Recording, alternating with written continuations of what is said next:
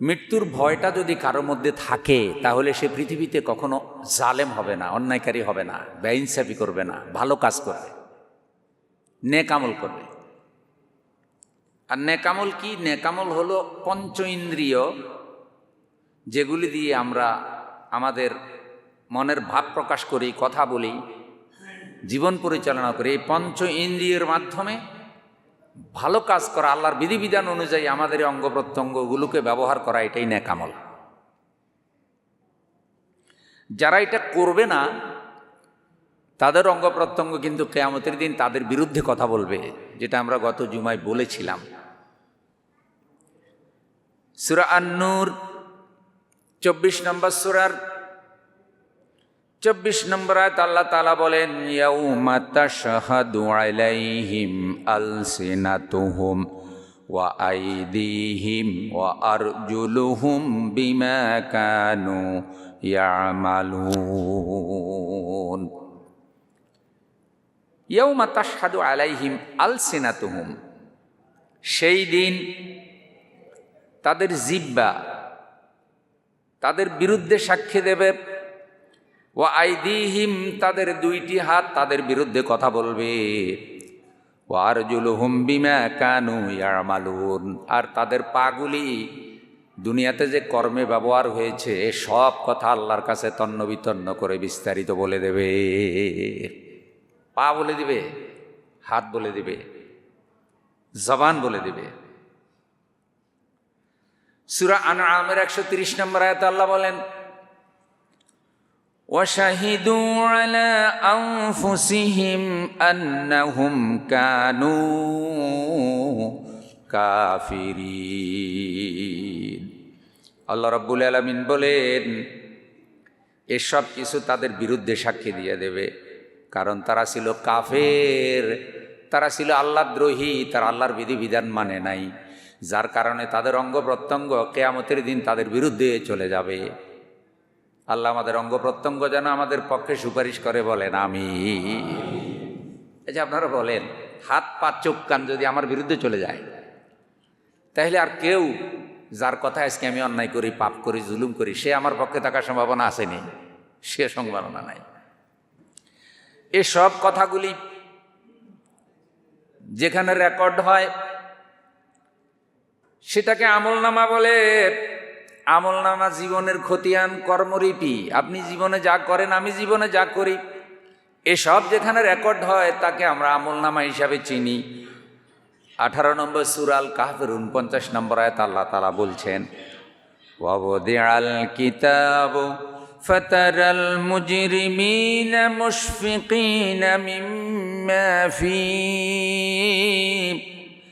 অপরাধীরা সেদিন দেখতে পাবে তাদের আমলনামা, আর দেখবে জীবনে যা করেছে, ক্ষুদ্র থেকে ক্ষুদ্র অনুপরমাণু পরিমাণ ভালো কাজ অথবা খারাপ কাজ, কোনো কিছু তার আমলনামা থেকে বাদ পড়ে নাই, কিচ্ছু বাদ পড়বে না।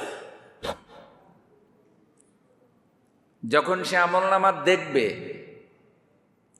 وَيَقُولُونَ يَا وَيْلَتَنَا مَا لِهَذَا الْكِتَابِ لَا يُغَادِرُ صَغِيرَةً وَلَا كَبِيرَةً إِلَّا أَحْصَاهَا। সেদিন অপরাধীরা বলবে, যারা প্রত্যক্ষ করবে তারা বলবে, এটা কেমন আশ্চর্যজনক রেকর্ড, এটা কেমন আশ্চর্যজনক কিতাব, আমলনামা, ছোট বড় কোনো কিছু এখান থেকে বাদ পড়ে নাই। আমি জীবনে যা করেছি মনে হয় যেন হিসাব করে করে স্বর্ণাক্ষরে তা লিপিবদ্ধ আছে। ওয়াদাউ মা আমিলু হাদিরা। 70-80 বছর 90 বছর দুনিয়াতে যে যে হায়াত পেয়েছে, পুরা হায়াতের কর্মলিপি সে তার সামনে উপস্থিত দেখতে পাবে। ওয়ালা ইয়াজলিমু রাব্বুকা আহাদা। আল্লাহ সেদিন তোমাদের উপরে কোনো জুলুম করবেন না। তোমাদের কর্মলিপি, তোমাদের আমলনামা অনুযায়ী আল্লাহ রাব্বুল আলামিন সেদিন বিচার করবেন, তোমাদের কর্মের ফল তোমাদেরকে বুঝাইয়া দেবে। আপনারটা আপনাকে দেবে, আমারটা আমাকে দেবে। ভাই, শিক্ষার্থী যখন পরীক্ষা দেয়, মাঝে মধ্যে শিক্ষকরা পরীক্ষার খাতা শিক্ষার্থীর হাতে দেয় না? দেয়, লাল কালি দিয়ে দাগ দেয়, খাতা দেয়। তো শিক্ষার্থী খাতা দেখে যে কত নাম্বার পেয়েছে, কোথায় ভুল হয়েছে, এটা সে দেখে। আল্লাহ রাব্বুল আলামিন হিসাবের দিন আমলনামা পাপীদের হাতে দিয়ে দেবে। হাতে দিয়ে আল্লাহ তাআলা বলবেন, ইকরা কিতাবাকা কাফা বিনাফসিকাল ইয়াউমা আলাইকা হাসিবা। ও আমার বান্দা, তোমার কর্মলিপি তুমি পড়ো, তোমার আমল, তুমি জীবনে যা করেছ, জীবনে যা খেয়েছ, জীবনে যা বক্তব্য দিয়েছ, জীবনে যা করেছ সব এখানে রেকর্ড আছে, তুমি পড়ো। পড়ার পরে তোমার বিচার তুমি করো, তোমার রায় তুমি নিজেই দাও। তোমার জান্নাত দেওয়া উচিত না জাহান্নাম দেওয়া উচিত। বান্দার হাতে আমলনামা দিয়ে আল্লাহ বলবেন, কি করো, তোমার আমলনামা তুমি পড়ো। পড়ার পরে তুমি রায় দাও তো তোমার কি করা উচিত। আজকে দেশে যখন সালিশ দরবার হয় আর অপরাধীর অপরাধ যদি সালিশ দরবারে চিহ্নিত হয়ে যায়, তখন সালিশদাররা বলে, তুমি নিজেই বলো তো তোমার কি শাস্তি হওয়া উচিত। বলেন এরকম? ওর বিবেকের দুয়ার আল্লাহ খোলার জন্য বলবে, তোমার আমলনামা তুমি পড়ো, আমি তোমার রব, আমি তোমার মালিক, এক জাররা পরিমাণ তোমার উপরে জুলুম করব না, ন্যায় বিচার করব। তোমার কর্মের পুরস্কার তুমি পাবে, কিন্তু বলো তোমার বিচারটা আজকে কেমন হওয়া উচিত, তোমার রায়টা কেমন হওয়া উচিত। তোমার বিচার করার জন্য তুমি নিজেই যথেষ্ট। তোমার কর্মলিপি, তোমার আমলনামা তোমাকে বলে দিচ্ছে তুমি কি জান্নাতি হবে না জাহান্নামী হবে। আল্লাহ, তুমি আমাদের হিসাব নিও না। আল্লাহ, হিসাব নিলে আমরা আমাদের হায়াতের হিসাব দিতে পারবো না। মালিক, তোমার দয়া, তোমার ভালোবাসা দিয়া আমাদেরকে বিনা হিসাবে জান্নাত দান করিও। একটু জোরে বলেন আমিন। কাউকে যদি হিসাবের জন্য ধরে ফেলে, হুজুর হোক আর বীর হোক, হিসাব দিয়ে পার হওয়ার তার পক্ষে কঠিন হয়ে যাবে। হায়াতের হিসাব, চোখের হিসাব, কানের হিসাব, পায়ের হিসাব, কোনটা কোন কাজে ব্যবহার করছে, এ সবগুলোর হিসাব যদি আল্লাহর কাছে দেওয়া লাগে, তাইলে হিসাব দিয়ে পার হওয়া খুবই কঠিন। এই জন্য আল্লাহর কাছে দোয়া করা। কি দোয়া? আল্লাহুম্মা হাসিবনি হিসাবান ইয়াসীরা।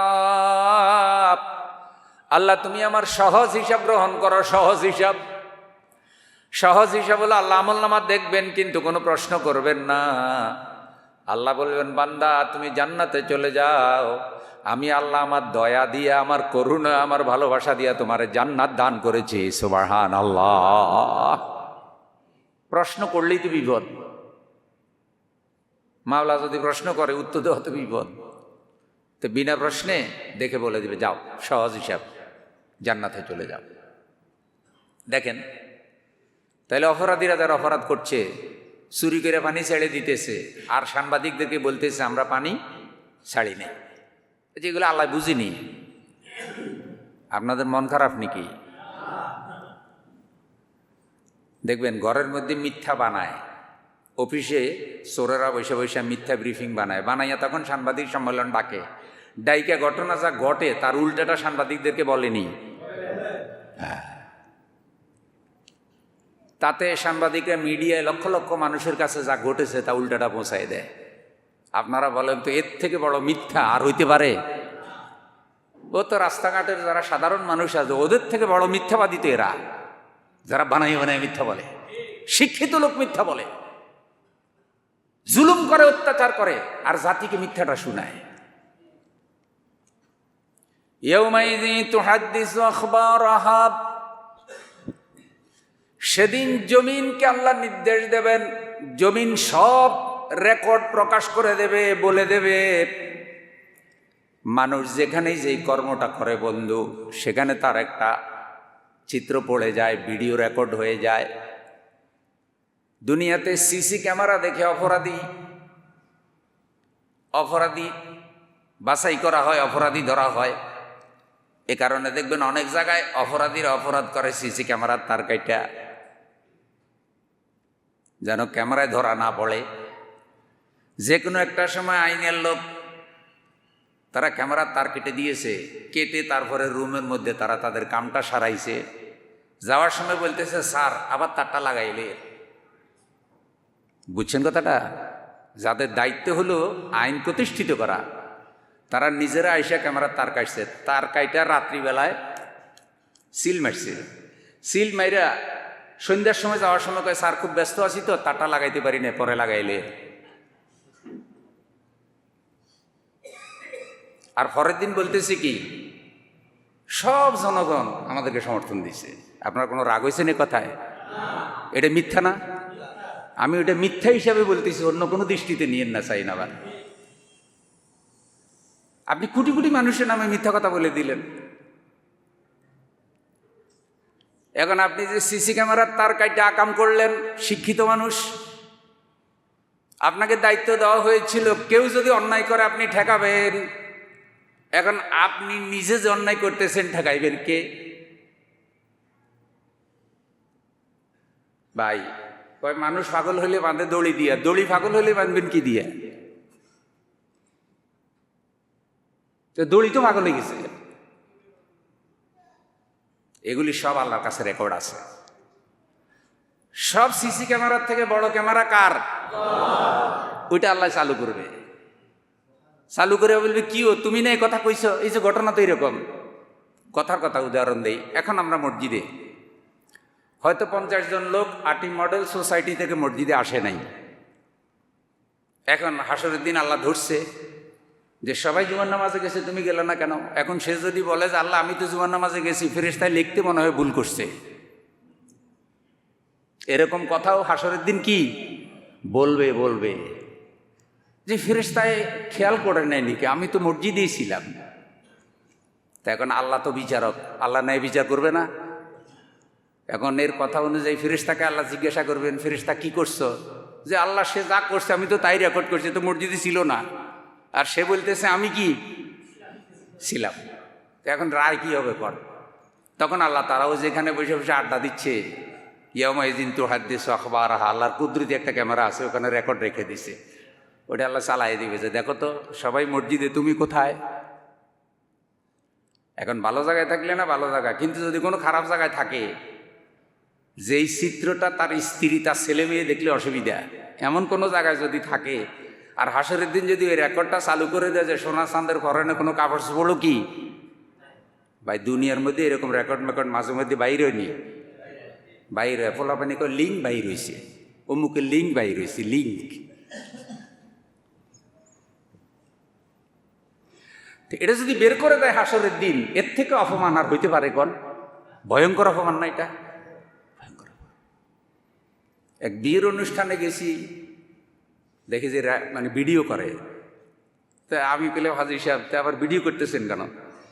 মজা করে কয়, হুজুর 3 বছর পরে যদি কন যে আপনার ছেলের বিয়ে তো খাই নেই, তখন ভিডিও দেখাই দেবো, এই যে মুরগির রোস্ট খাইতেছেন দেখছেন।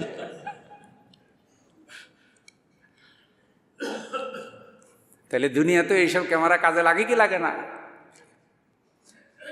আল্লাহ রাব্বুল আলামিন যখন ওই রেকর্ড চালু করে দেবেন, ঘরে সুন্দর স্ত্রী রেখে অন্যের নারী নিয়ে, অন্যের মেয়ে নিয়ে, বেগানা মেয়ে নিয়ে জানা করতেছে, মদ খাচ্ছে, দুনিয়াতে গোপনে করেছে, কিন্তু পরকালে অস্বীকার করেছে আমি করি না, আল্লাহ দেখাই দেবেন।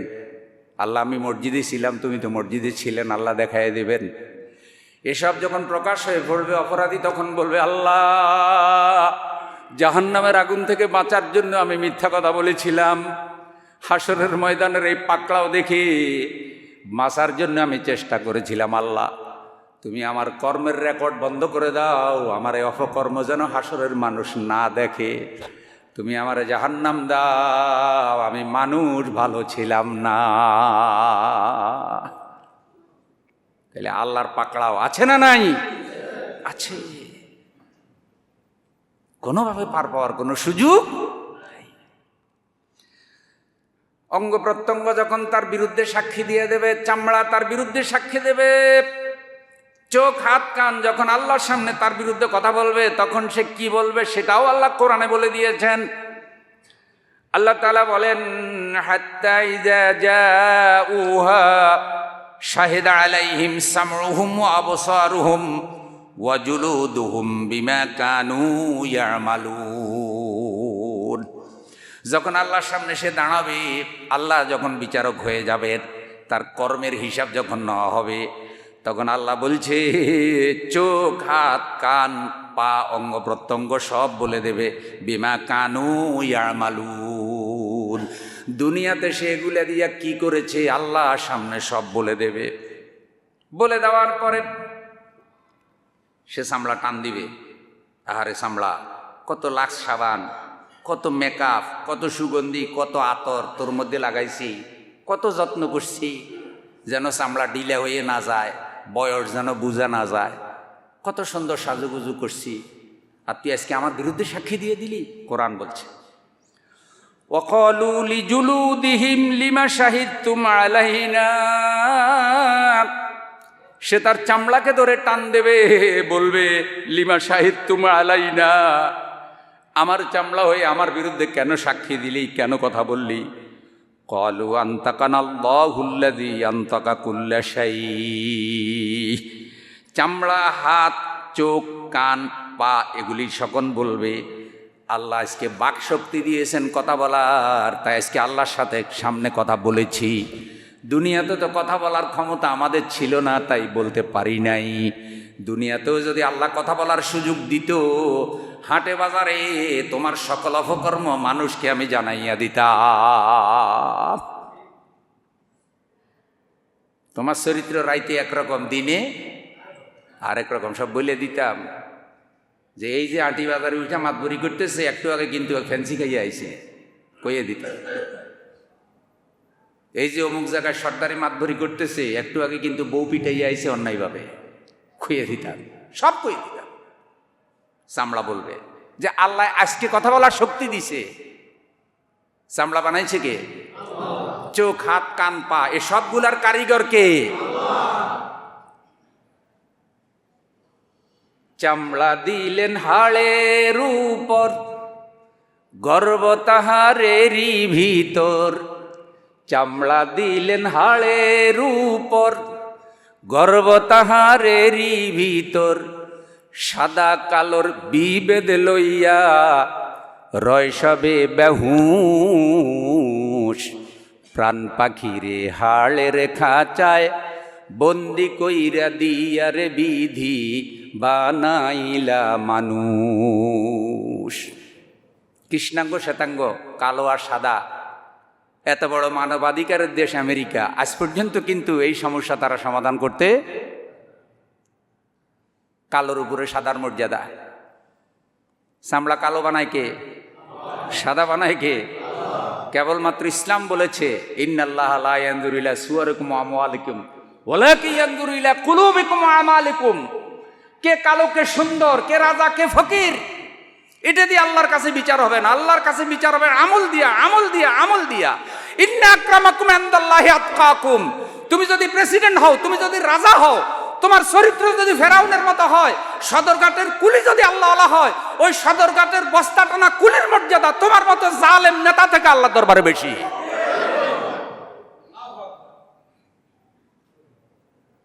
ইন্না আকরামাকুম ইনদাল্লাহি আতকাকুম। আবু জেহেল বড় নেতা ছিল। হযরতে বেলাল রাদিয়াল্লাহু তাআলা আনহু একজন কালো মানুষ, গোলাম ছিলেন, বাজারে বিক্রয় হয়ে গেলেন। নিজের জানের মালিকও ছিলেন না, নিজের স্বাধীনতা ছিল না হযরতে বেলাল। আর আবু জেহেল, আবু লাহাব, উতবা, সাহেবা বড় বড় নেতাগুলির দিকে তাকান, তারা ইসলামের বিরোধিতা করে হযরতে বেলাল নবীজির উপরে ঈমান আনে। মর্যাদা কোথায় চলে গেল? রাসূল সাল্লাল্লাহু আলাইহি সাল্লামের মুয়াজ্জিন নিযুক্ত হলেন, মসজিদে নববীতে আজান দিতেন। সে আজানের আওয়াজ আল্লাহর আরশে আজিম পর্যন্ত পৌঁছে যেত। রসমে আজা রাহ গিয়া রূহে বেলালি না রহি, রসমে আজা রাহ গিয়া রূহে বেলালি না রহি, ফলসফা রাহ গিয়া তলকিনে গজালি না রহি। হযরতে বেলালের রেখে যাওয়া আজানের বাক্যগুলো এখনো পৃথিবীতে আছে, কিন্তু হযরতে বেলালের মতো মুয়াজ্জিন এখন আর নাই। ফালসাফা হলো একটা কিতাবের নাম, খুব কঠিন কিতাব। গাজালির মতো ওস্তাদ দার্শনিক এখন কিতাব বুঝবে। জ্ঞানীদের সংকট দেখা যাচ্ছে, জাহেলদের প্রাধান্য দেখা যাচ্ছে। জ্ঞানী সম্মানী মর্যাদাবানদেরকে পৃথিবীতে অবমূল্যায়ন করা হচ্ছে, জালেম জাহেল বেআক্কেলদের মর্যাদা বেড়ে যাচ্ছে।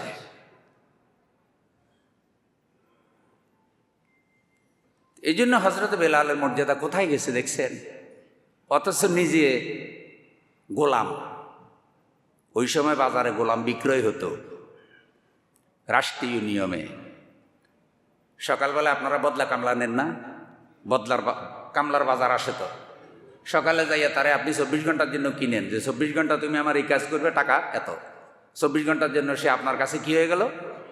তো ওই টাইমে সারা জীবনের জন্য বিক্রি হয়ে যেত। এইভাবে হযরত বিলালকে আনছে। কিন্তু ইমানের মান কোথায় গেল? উমাইয়া হযরত বিলালের উপরে এত বেশি জুলুম করেছে বন্ধু, পৃথিবীর সব জুলুমকে হার মানাবে। জুলুমের এক পর্যায়ে প্রচণ্ড গরম মরুভূমির বালু কি পরিমাণ উত্তপ্ত হয়, যারা সৌদি আরব সফর করেছেন তারা জানেন। হযরতে বেলালকে চিৎ করে শোয়াই দিয়ে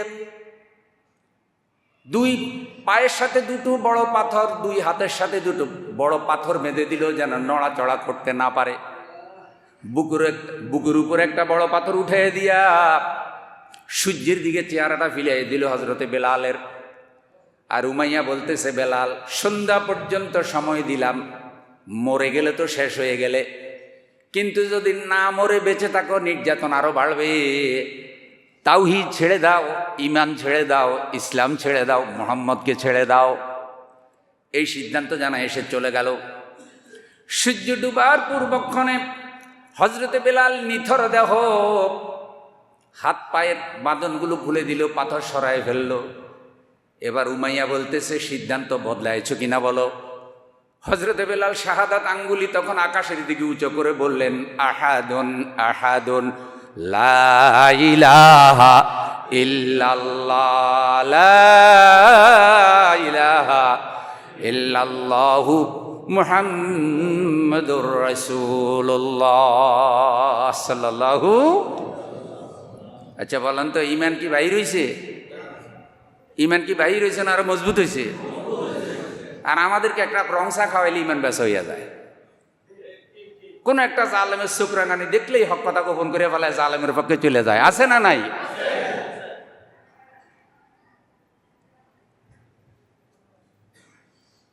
জালেমের বিরুদ্ধে প্রতিবাদী মানুষগুলোই সেরা ইমানদার। রাসূলের মানে কি? জালেমের সামনে সত্য কথা বলে যারা, তারাই সত্যিকারে মুজাহিদ। আর যারা জালেমের সামনে সত্য কথা বলে না, তাদেরকে বলা হয়েছে বোবা শয়তান। কি শয়তান? বোবা শয়তান। তাহলে হযরতে বেলালের মতো মানুষ এই অবস্থায় শাহাদাত আঙ্গুলি উঠাইয়ে ঈমানের সাক্ষী দিতেছে। আমাদের জন্য মেসেজ আছে না নাই? কি মেসেজ? টাকার কাছে বিক্রি হয়ে যাওয়া, ঘুষের কাছে বিক্রি হয়ে যাওয়া, সুদের কাছে বিক্রয় হয়ে যাওয়া, অন্যায় অবিচার জুলুমের কাছে নিজের ঈমান বিক্রয় করে দেওয়া, না জীবনের ঝুঁকি নিয়ে ঈমান রক্ষা করা? লিল্লাহে তাকবীর। এখন মালিকের মেজাজ খারাপ হয়ে গেছে, কিরে আমি তারে কিনে আনলাম আর আমার সামনে এরকম কথা বলতেছে। গলার মধ্যে গামছা লাগাই দিছে, গামছা, লম্বা গামছা গলায় বেঁধে মক্কার যুবকদেরকে বলতেছে, বেলালকে মক্কার রাস্তার মধ্যে টানতে থাকো, শেষরাইতে থাকো, মানুষ দেখুক যে আমি কতটা শাস্তি দিতে পারি। কেউ যেন আর মুহাম্মদের ধর্ম গ্রহণ না করে, কেউ যেন ঈমান গ্রহণ না করে। হযরতে বেলালের গলায় গামছা লাগাইয়া যখন টানা হচ্ছে, ওই অবস্থায় হযরতে আবু বকরের সামনে গিয়ে পড়ল। দেহ কত বিক্ষত হয়ে গেল, চামড়া থেকে রক্ত বের হয়ে গেল, নিথর দেহ। হযরতে আবু বকর বললেন, উমাইয়া এই লোকটারে আর জুলুম করিও না, এরে বিক্রয় করে দাও। এরে যদি বিক্রয় করে দাও আমি আবু বকর কিনব। উমাইয়া চিন্তা করল, এমন দাম চাইব যেন কেউ কিনতে না পারে। এরকম কিছু বিক্রেতা আছে না নাই? বেচবে না কিন্তু দাম চাইবে এমন যেটা বাজারে নাই। এরকম দাম চাইল 4000 দিরহাম। অথচ ওই গোলামের মূল্য তখন 500 দিরহামও নাই। চাইছে কয় হাজার দিরহাম। কয় তুমি নিবা? কয় হ। কয় দাও তো 5000 দিরহাম দাও, 4000 দিরহাম দাও। হযরত আবু বকর রাদিয়াল্লাহু তাআলা আনহু উমাইয়ার থেকেও বুদ্ধিমান, সুবহানাল্লাহ কর। কারণ বিক্রেতা যত চালাক, ক্রেতা তার থেকে বেশি চালাক। বলার সাথে সাথে 4000 দিরহাম বাইর করে দিয়ে কয় টাকা নাও, আমার সওদা আমারে দাও, সুবহানাল্লাহ কর। এখন সে নিজে বলছে কত, 4000 দিরহাম, আর সাথে সাথে কাস্টমার টাকাও কি দিয়ে দিচ্ছে। তা টাকা গুনতেছে, কারণ নেতা হইলেও তো কথা তো বলে ফেলাইছে।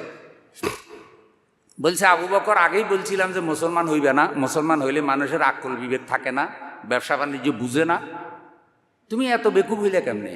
কয় কি বেকুব? কয় যে কয় টাকার গোলাম, কয় টাকা দিয়ে কিনলা?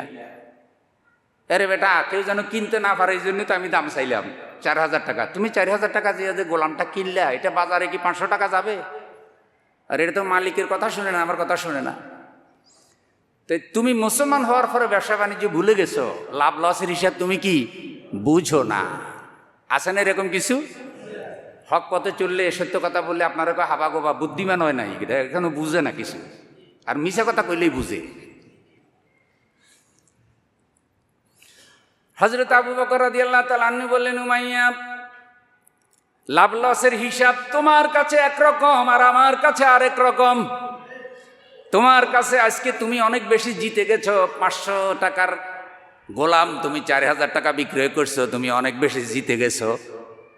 কিন্তু আমি আবু বকর সারা জীবন ব্যবসা করে যে লাভবান হয়েছি, আজকের মতো সেরা লাভ আমি আর কখনো অর্জন করি নাই। আমার জীবনের সেরা ব্যবসা হয়েছে আজকে। তোমার দৃষ্টিতে আমি লস খাইছি।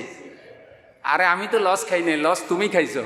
আমার ধারণা ছিল তুমি এটার দাম চাইবে 15,000 টাকা। লিল্লাহি তাকবীর।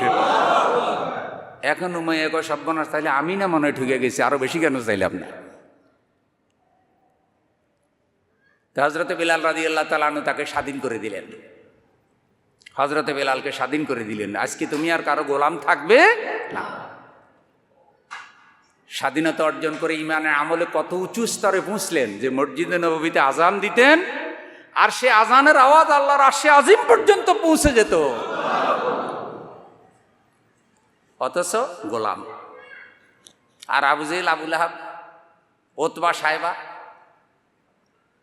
এদের সবার মর্যাদা এক জায়গায় করলে হযরতে বেলালের ধারে কাছে যেতে পারবো? এই জন্য বললাম ভাই, দিন, ইমান, আমল, চরিত্র, কোরআন হাদিসের জিন্দেগি গঠন করলে মর্যাদা বেড়ে যায়। আপনার জীবন, আমার জীবন কোরআনের রঙে রঙিন হোক, ইসলামের রঙে রঙিন হোক, মর্যাদা সম্মান বাড়ায় দিবেন কে? আল্লাহ রাব্বুল আলামিন সূরা হামিম আস-সাজদা 20 থেকে 22 নম্বর আয়াতে বলেন, ওয়ামা কুনতুম তাস্তাতিরুনা আইয়াশহাদা আলাইকুম সামউকুম ওয়ালা আবসারুকুম ওয়ালা জুলুদুকুম ওয়ালাকিন যানানতুম আন্নাল্লাহা লা ইয়ালামু কাসীরাম মিম্মা তা'মালুন। তোমরা যখন গুনাহ করতে, তোমরা যখন পাপ করতে, অন্যায় করতে, তোমরা এটা কল্পনাও করতে না যে আল্লাহ তোমাদের সব কিছু রেকর্ড করতেছে। তোমরা লুকিয়ে লুকিয়ে গুনাহ করতে, লুকিয়ে লুকিয়ে তোমরা মিথ্যা কথা বলতে। তোমাদের বিরুদ্ধে একদিন তোমাদের অঙ্গ প্রত্যঙ্গ সাক্ষী দেবে, তোমাদের চামড়া সাক্ষী দেবে, তোমাদের হাত সাক্ষী দেবে, তোমাদের জিহ্বা সাক্ষী দেবে। তোমরা দুনিয়াতে যখন পাপ করেছো, এটা তোমরা কল্পনাও করে নাই যে এমন একটা অবস্থা তোমার হবে। বরং তোমার ধারণা ছিল আন্নাল্লাহা লা ইয়ালামু কাসীরাম মিম্মা তা'মালুন। তোমার ধারণা ছিল এই বিশাল সৃষ্টি জগতের মধ্যে আল্লাহ এত কিছুর খবর রাখবে না, এত কিছুর হিসাব আল্লাহর কাছে আবার থাকবে কেমনে? তোমার ধারণা ছিল এটা। কিন্তু আমি আল্লাহর কাছে সব হিসাব আছে। শুনেন, কোরআনের আয়াত বলছে পৃথিবীতে কতগুলি গাছ আছে, কোন গাছে কি পরিমাণ পাতা আছে, কোন গাছে কয়টা ফল আছে, কয়টা পেকেছে, কয়টা পাকেনি, কয়টার অর্ধেক ভালো অর্ধেক নষ্ট, কোন ফুল কখন ফুটে, কোন ফুল কখন ঝরে পড়ে, এ সব কিছু আল্লাহর কুদরতের মধ্যে ধরা পড়ে যায়। সব, কিচ্ছু বাকি নেই। আল্লাহর ইশারা ছাড়া এক ফোঁটা বৃষ্টির পানিও পড়ে না, নদীর পানি নড়ে না। এই ক্ষমতা যে আল্লাহর, সে আল্লাহর সৃষ্টির মধ্যে সেরা সৃষ্টি আমরা মানুষ।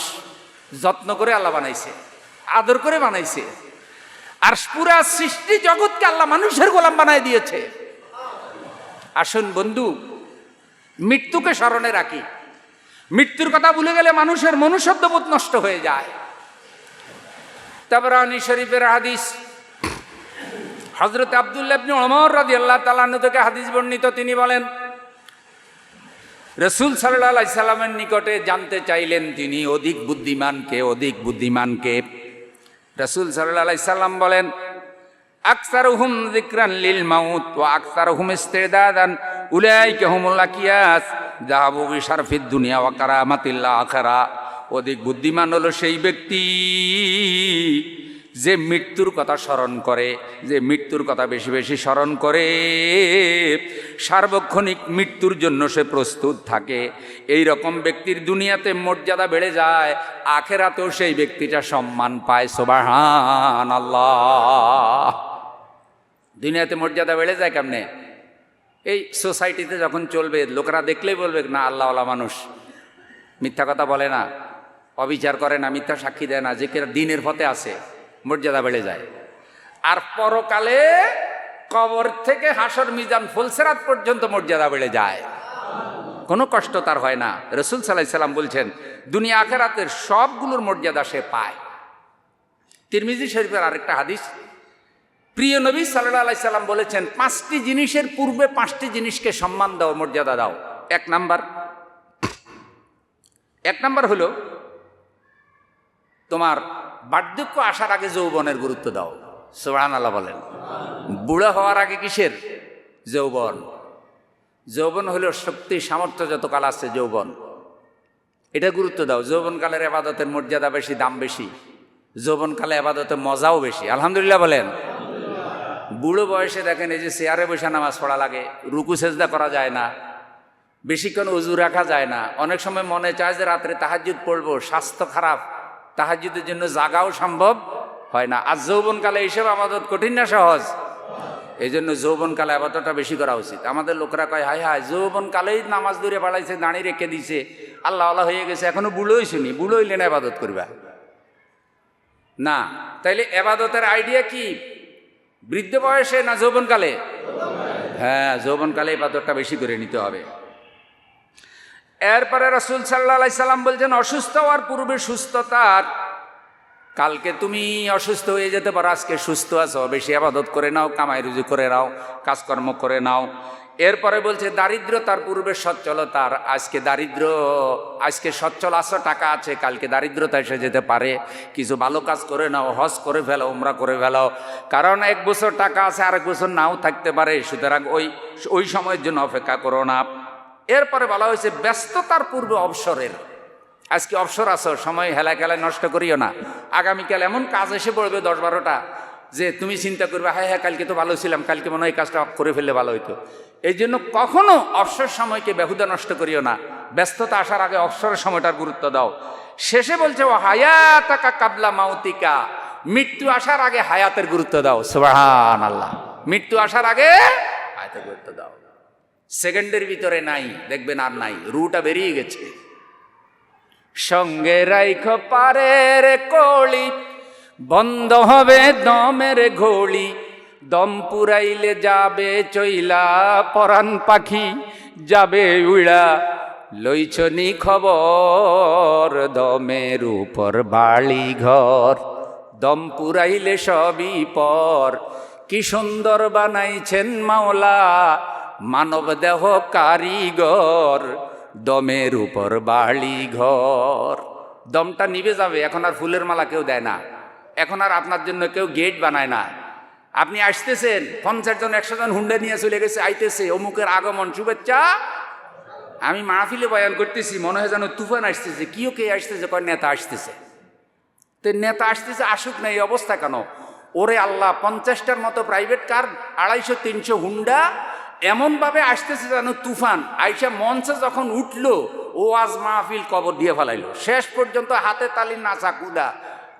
আমি পরে সভাপতি সাহেবরে গেলাম, সভাপতি সাহেবরে কি মাহফিল করলেন, আমাকে কেন দাওয়াত দিলেন?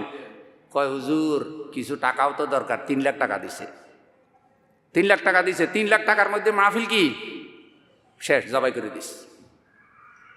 এই লোকটা যদি মরিয়া যায় তারপরে দেখবেন যে আর কোনো স্যালিউট, কোনো হুন্ডা কিছু আসেনি। বন্ধু, সবাই সবার অবস্থানের দিকে খেয়াল রাখি, মৃত্যুর কথা মনে রাখি। কেউ খবর লয় না। কিশোরগঞ্জে এক নেতার বাড়িতে মাহফিল গেছে, মনে করবেন নাম বললে চিনে ফেলবেন, এখন তিনি মারা গেছেন। এত মানুষ তাকে ফুলের মালা দিত। এখন আমি তার গ্রামে যাওয়ার সময় বড় বড় গাথা গাড়ি এমনভাবে ধাক্কা দেয় যেন কোমর ভেঙে যাবে। তা আমি খাইতে গিয়ে বললাম, ভাই আপনাদের তো এত বড় বড় নেতা, তো রাস্তার এই অবস্থা কেন? ওনারা হাইসে উঠে কয়, হুজুর আমাদের নেতা যত বড় গাথা আরো বড়। নেতার থেকেও কি বড়? গাথা বড়। কারণ ওই যে এলাকায় কিছু করে নাই, 2 নম্বরই করছে, এখন মানুষ স্মরণেও রাখে না। 2-3 জন ওনার পরিবার মাহফিলের আয়োজন করছে, আমরা গেছি। অথচ সেই ব্যক্তি একসময় বলেছিল হুজুরদেরকে লক্ষ্য করে নাচতে নাচতে চলে যাবে, মানে হুজুরদেরকে মারবো, মারলে নাচতে নাচতে চলে যাবে, অমুক চত্বর খালি করে দেবে। বিস্তারিত আর বলতে চাই না। সেই মানুষটার কেউ খবরও নেয় না। অথচ তার কাছে জীবিত অবস্থায় আমাদের মতো হুজুররা গিয়ে হাত মিলাইতে পারবো, এটা কল্পনাই করা যেত না। কেউ তার সাথে হাত মিলাইতে পারলে, একটা সেলফি উঠাইতে পারলে মনে করতে যে সে বিশ্ব জয় করে ফেলাইছে। অমুকের সাথে আমার সেলফি, ক্যামেরা ধরছে বিমানে গিয়া, আর সাথে সাথে ফেসবুকে আপলোড। নেতার সাথে সেলফি মানে কি বিশাল ব্যাপার, লাইক কমেন্ট। মরে গেলে কেউ নাই, কেউ নাই। তাহলে মানুষকে সবচাইতে যিনি যত্ন করেন তিনি কে? আল্লাহর সাথে থেকে মহব্বত, আল্লাহর থেকে যত্ন, আল্লাহর থেকে ভালো কেউ বেশি বাসে না ভাই। আল্লাহর জন্য হয়ে যায়। কার জন্য? মৃত্যুকে মনে রাখলে। দেখেন, জন্মের সিরিয়াল আছে, মরণের কোনো সিরিয়াল? কোই আগে রওয়ানা হয়, কোই পিছে রওয়ানা। দাদার আগে নাতি মারা যায়, স্বামীর আগে স্ত্রী মারা যায়, বড় ভাইয়ের আগে ছোট ভাই মারা যায়। বন্ধু, কার কখন ডাক এসে যায় জানি না।